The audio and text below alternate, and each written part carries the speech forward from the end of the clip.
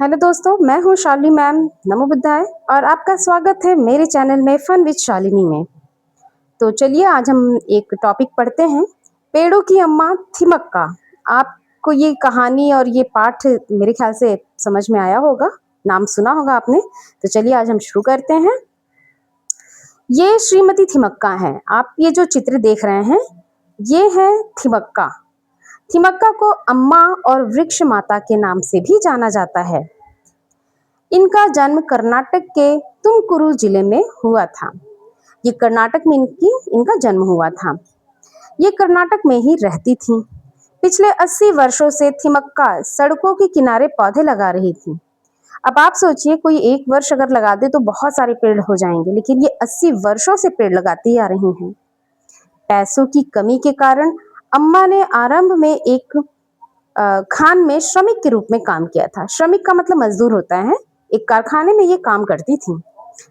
थिमक्का सालू मर्दा थिमक्का के नाम से भी जानी जाती थी। सालू मर्दा कन्नड़ भाषा में पेड़ों की पंक्ति को कहते हैं। जैसे पेड़ लाइन से लगे रहते हैं जिनको पंक्तिबद्ध कहा जाता है, इस नाम से उनको जाना जाता था। अतः उन्हें इस नाम से भी जाना जाता है। थिमक्का हुलिकल और कुदूर के बीच स्थित 45 किलोमीटर लंबे राजमार्ग पर लगभग 345 बरगद के पेड़ लगाने के लिए विख्यात हैं। इन पेड़ों के कारण राजमार्ग अत्यंत रमणीय और सुसज्जित लगने लगा। इसके अतिरिक्त इन्होंने अनेक स्थानों पर पेड़ लगाए, जिसकी संख्या 8000 से अधिक है। इनसे पर्यावरण को बहुत लाभ हुआ।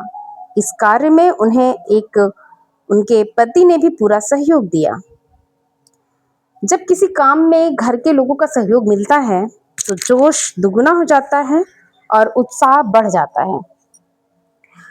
उनके इस महत्वपूर्ण काम के लिए भारत सरकार ने उन्हें वर्ष 2011 में पद्मश्री से सम्मानित किया था। ये कोई मामूली महिला नहीं थी। ये इनका जब आप पढ़ रहे हैं तो आपको खुद ही पता चल जा रहा होगा कि कितनी समझदार और कितनी परिश्रमी थी। इस समय इनकी उम्र 100 वर्ष से अधिक है। अगर देखा जाए तो आज की डेट में इनकी उम्र 100 वर्ष से अधिक है। आज भी ये अच्छे कार्यों में सक्रिय हैं। थिमक्का को भारत के कई वनीकरण कार्यक्रमों में आमंत्रित किया जाता है। इन्हें बहुत सारे वन के कार्यक्रमों में आमंत्रित किया जाता है। अपने जीवन में अनेक कष्ट उठाने के उपरांत भी समाज के लिए उपयोगी कार्य करने वाली थिमक्का का व्यक्तित्व सभी के लिए आदर्श है। अभाव में भी केवल अपनी निष्ठा और श्रद्धा के बल पर किस प्रकार सामाजिक कार्य के लिए स्वयं को समर्पित किया जा सकता है, इसका एक उत्कृष्ट उदाहरण है थिमक्का।